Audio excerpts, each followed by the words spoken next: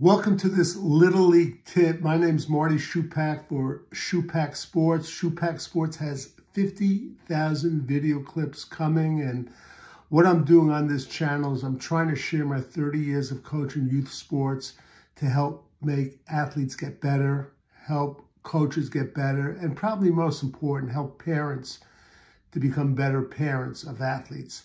Today, I'm going to go over one warm-up drill, one fun activity, and one advanced, strategy. It's a first and third strategy, and this is good for baseball. Softball, we're inside today, and it shouldn't run more than, 10 minutes, so bear with me. And the first warm-up drill, I call the third base drill.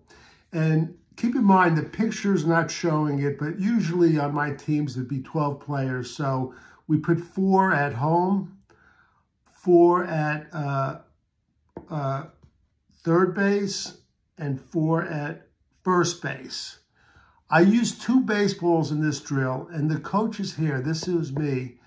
Most important, because at each base, we're going to rotate each time I hit the ball, except for home. And the reason I do that is because of safety. I don't want a lot of rotation with 4 players around me when I have a baseball bat.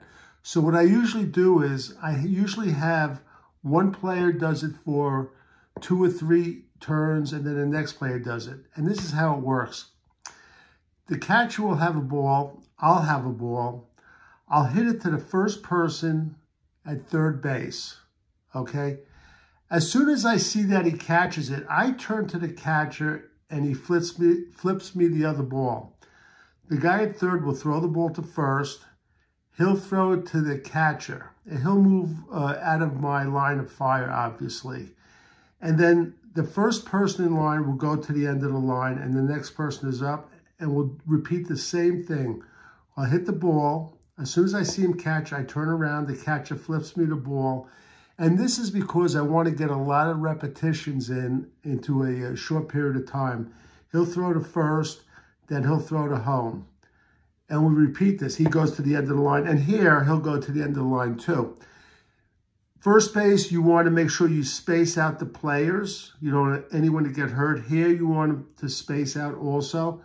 If the ball happens to get by the player, you just tell him to just leave it and go to the next ball. After everyone has at least one turn, and sometimes I go through it twice, I yell rotate, and we go from third base, the players go from third base to first base, players go from first base to home, and home to third base, and we continue, we start up right away. Very important, which I didn't really emphasize, which I put in after a couple of years of this drill. On the last ground ball hit, I yell out bobble drill. And what I'm doing is the player is fielding the ground ball, picking it up, he's dropping it, and then he's picking it up barehanded to throw it to first. What I'm doing when I call out the bobble drill, I'm trying to condition my players just so they know, even though they bobble the baseball, they are still able to make the play. This works. And also, I'm conditioning them, and I always reinforce this throughout the season, even beginning at T-ball, that if you keep the ball in front of you, and you don't have to necessarily catch it clean, it's almost as good as catching it clean. You can still make the play. Okay, so quickly, I'll review it. We have 4 players at each station. At home, we rotate after like 2 or 3 plays. 2 baseballs. I hit the ball to the player at third base. First one, as soon as I see him catch, I turn around. Catcher flips me the ball. He throws it to first.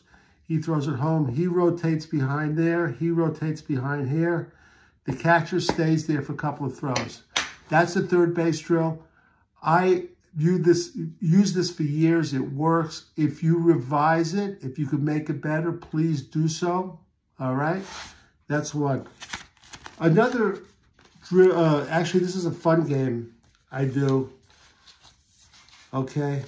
I call it the rapid throw drill. And this is a great competitive drill. And what I do is I pair up my 12 players. And I try to do it so they're fairly equal. So if I have like my best athlete, I'll probably pair him with my least athletic player, okay? They'll be spaced like anywhere from like 20 to 30 feet apart, okay? Each pair has a baseball. Now, you have to space them out, all right? Safety is the most important thing about drills. And what I do is this. I'll stopwatch it with my watch and I'll yell go. When I yell go, they'll start to throw it back and forth, catching it. And the teams, they'll count how many throws they've thrown and caught. And after like, let's say 10 seconds, I'll yell stop and I'll go through each line and say, okay, how many did you throw? They'll say, might say 8, they might say 9, they might say 10. And I go down the line and see who won that first round. It's kind of the honor system. What you'll find in this drill though, and I try to emphasize that you guys have to catch the ball before you throw it. A lot of times you'll try to throw the ball before you take it out of your glove. And what this drill does is very good in that once they get used to taking their ball out of the glove and throwing it, you'll see that the footwork will develop naturally. One other thing I do on this rapid throw drill, okay? And let's say I'm starting this side of each team, of each pair, they're gonna have the baseball. I usually put a baseball at their ankle, okay? A second baseball. And I do this because there are times where they'll overthrow it, and I just don't want them to be out of the drill. So I tell them, if you overthrow it, pick up the ball next to you and start again. All right, rapid throw drill, we time it. After the first turn, it's the other thing I didn't mention, I have this side move back like 5 feet. Then we go to a new round. I might increase it from 10 to 15 seconds, and then go back another 5 feet. All right. It's a good drill. The kids like it. Keep in mind, kids love competition amongst themselves. This is the rapid throw drill. Okay. Here's a strategy that I think I created, actually. It's a first and third strategy. Bear with me as far as the pictures and as far as my description. First and third in youth baseball, that's when you're not working on a 60-90 field, basically the Little League dimensions, is a challenging issue. I call this drill the create doubt drill. I've done this drill 3 times in my coaching career. It's worked twice very well, once very well, actually. I got a double play. What I'm doing here is I have a signal when I put this drill on. And it could be, I could scratch my chin with my hand and I make sure the catcher acknowledges it, or I could yell something out like 23, any sort of number. What I do is this.